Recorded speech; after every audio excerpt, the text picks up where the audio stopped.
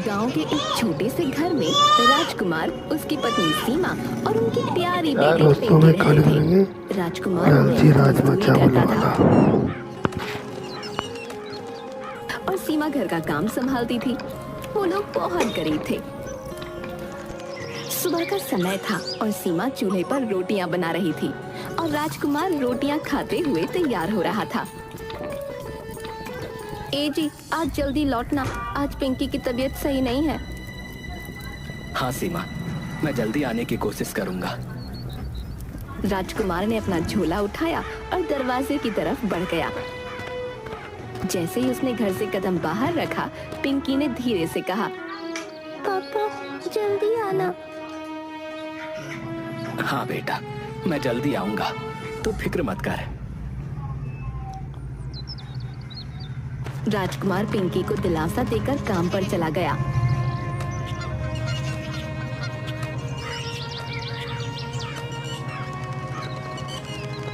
फिर जब वो शाम को अपने काम से वापस आ रहा था तो अंधेरा होने लगा था और सड़क पर हल्की हल्की बारिश हो रही थी। अचानक एक तेज रफ्तार ट्रक ने राजकुमार को टक्कर मार दी। दुर्घटना इतनी भयानक थी कि राजकुमार तुरंत बेहोश हो गया। आसपास के लोग दौड़ते हुए आए। अरे ऐसा जल्दी अस्पताल लेकर चलो, वरना ये मर जाएगा। अरे जल्दी करो भाई, जल्दी करो।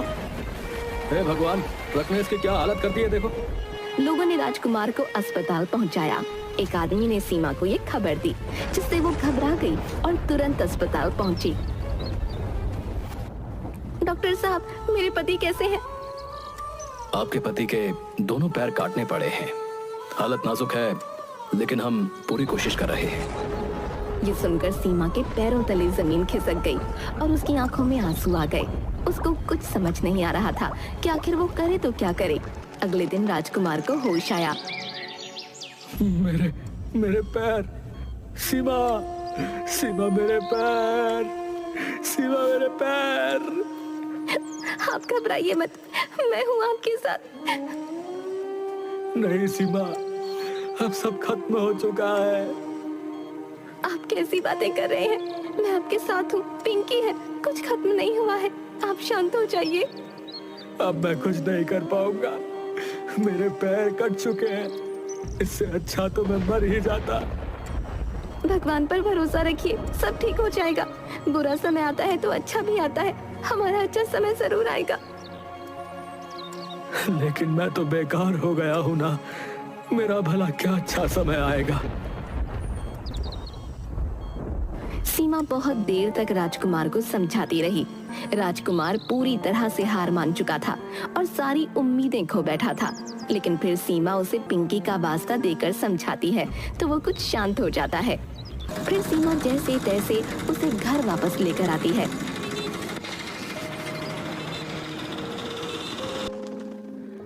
मुझे माफ कर देना, अब मैं तुम लोगों का सहारा नहीं बन पाऊंगा, उल्टा बोझ बनकर रहूंगा। क्या मैं जब छोटी थी तो आप पर बोझ थी? नहीं बेटा, तू कैसी बात कर रही है? क्या मैं जब बीमार पड़ती हूँ तो आप पर बोझ होती हूँ? नहीं बेटा, तू किसी भी हाल में मुझ पर बोझ नहीं हो सकती। तू मेरी प्यारी बेटी है। तो फिर आप हम पर बोझ कैसे हो सकते हो? आप ही तो मेरे पापा हो ना, और माँ के पति। देखा, हमारी बच्ची कितनी समझदार हो गई है। अब फालतू में इतनी फिक्र कर रहे हो। राजकुमार और तेज रोने लगता है और पिंकी को गले लगा लेता है। वहीं सीमा ने राजकुमार के इलाज में सारे पैसे लगा दिए थे, तो अब उनके पास कुछ बाकी नहीं था, यहाँ तक कि खाने को भी कुछ ना था। वो बाहर निकलती है और लोगों से खाने को मांगती है।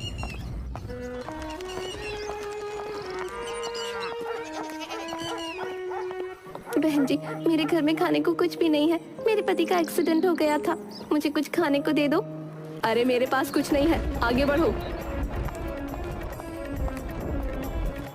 मेरे पास तो आना भी मत, आगे बढ़ो आगे। लोगों ने उसे ऐसे दुत्कार दिया जैसे वो कोई फैलने वाली बीमारी के लिए उनकी तरफ बढ़ रही हो। कोई भी मेरी मदद नहीं कर रहा, अब मैं क्या करूं? अपने पति और बच्ची को क्या खिलाऊं? हे भगवान, मुझे कोई रास्ता दिखा। तभी उसकी नजर अपने हाथ की अंगूठी पर जाती है। गहनों के नाम पर आखिरी यही अंगूठी बची है। इसको भी बेच ही देती हूँ। जब जिंदगी ही नहीं रहेगी तो सोने का क्या करूंगी। सीमा अपनी सोने की अंगूठी बेच देती है और उन लोगों के लिए राजमा चावल लेकर आती है।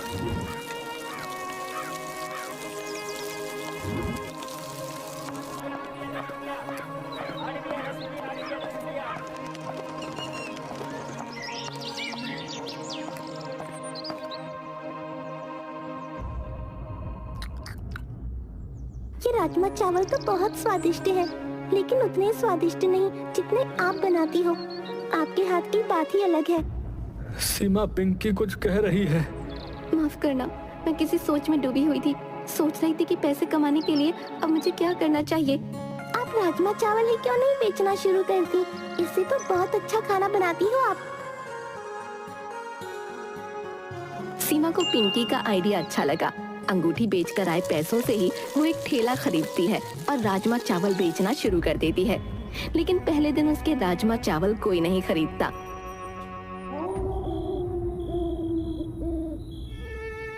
आज एक प्लेट भी राजमा चावल नहीं बिका। लगता है मैंने गलती कर दी राजमा चावल बेचने का फैसला करके।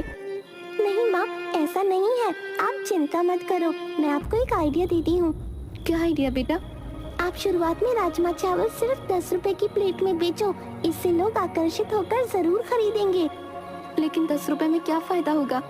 फायदा ये होगा कि लोगों को जब आपके राजमा चावल का स्वाद मिलेगा तो वो उसके दीवाने हो जाएंगे। फिर वो बार बार आएंगे। शुरुआत में ग्राहक बनाना ज्यादा जरूरी होता है। मेरी बच्ची कितनी समझदार है। सही कहा तूने, ये तो मैंने कभी सोचा ही नहीं। तो चलो बेटा, कल से हम 10 रुपए की प्लेट में राजमा चावल बेचेंगे। हाँ माँ, भगवान ने चाहा तो देखना सब ठीक हो जाएगा। अगले दिन सीमा 10 रुपए के राजमा चावल बेचने लगती है। लोग आकर्षित होकर उसके ठेले पर आते हैं और खरीदने लगते हैं।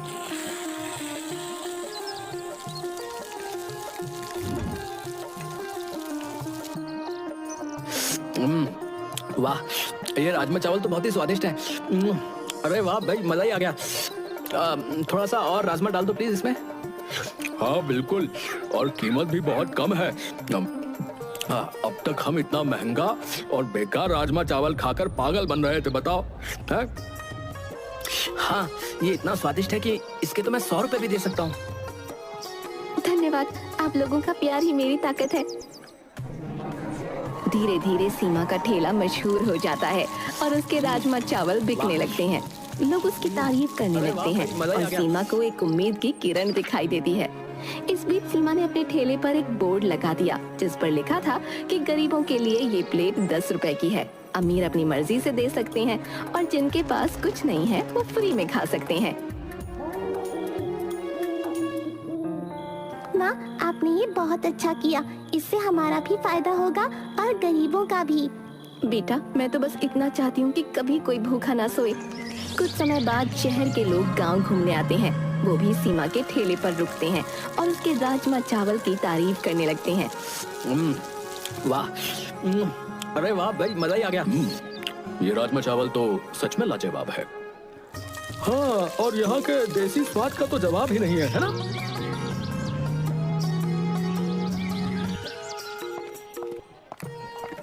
तभी एक शहरी लड़की ठेले पर आती है और राजमा चावल खाकर कहती है, आंटी, आपके राजमा चावल तो बहुत टेस्टी हैं। मैं अपने पापा को भी यहाँ लेकर आऊंगी। धन्यवाद बेटी, तुम्हारा स्वागत है। तुम अपने पापा को भी लेकर आना।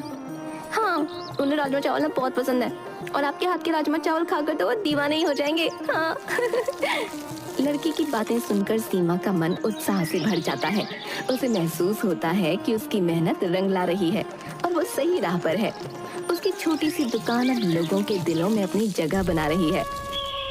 ये सीमा तो बहुत तेजी से तरक्की कर रही है। मुझे कुछ करना होगा इसका। क्या चले मालिक? अफवाह फैलाओ कि सीमा खाने में मिलावट करती है। राजीव अफवाह फैलाने की कोशिश करता है, लेकिन लोगों को उस पर विश्वास नहीं होता। मैंने सीमा के राजमा चावल खाए हैं, वो बिल्कुल शुद्ध और स्वादिष्ट है। लोगों का विश्वास बरकरार रहता है और सीमा की दुकान पर भीड़ बढ़ती जाती है। इससे राजीव को और ज्यादा गुस्सा आ जाता है और वो सीमा की दुकान बंद कराने के नए नए पैंतरे सोचने लगता है। तो त्यात होता मालिक।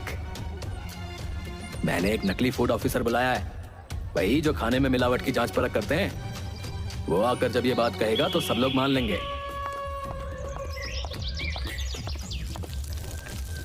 हाँ एक्सक्यूज मी मिस, मैं फूड ऑफिसर हूँ और मैं आपके राजमा चावल की सेफ्टी चेकिंग करने आया हूँ। मुझे आपके खिलाफ शिकायत मिली है कि आप बासी सामान इस्तेमाल करती हैं और मिलावट भी करती हैं।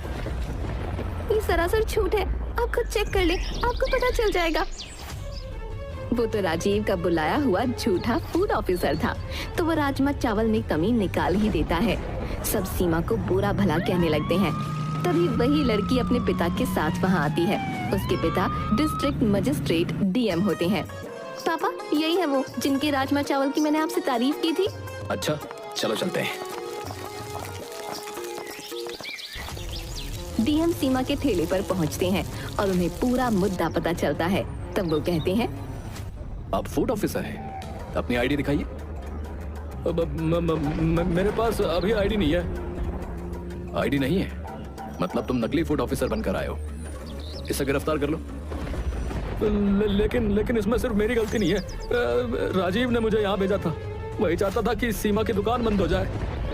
राजीव का नाम सुनकर डीएम और भी सख्त हो जाते हैं। वो पुलिस कर्मियों को आदेश देते हैं, राजीव को भी तुरंत गिरफ्तार करो और इसकी पूरी जांच करो। नहीं, मुझे माफ कर दो, मुझे माफ कर दो साहब, मुझे माफ कर दो। तुम किसी की जिंदगी बर्बाद करने चले थे और अब माफी मांग रहे हो। राजीव को भी गिरफ्तार कर लिया जाता है। सीमा की सच्चाई जानकर लोग उसकी तारीफ करते हैं और माफी भी मांगते हैं। हमें माफ कर दो सीमा, हम गलतफहमी में आ गए थे। हाँ, हम जानते थे कि तुमने कभी मिलावट नहीं की होगी। सीमा की आंखों में आंसू आ जाते हैं, लेकिन ये आंसू खुशी के थे। उसे विश्वास था कि ईमानदारी और मेहनत का फल हमेशा मीठा होता है। फिर वो डीएम और उनकी बेटी को राजमा चावल खिलाती है।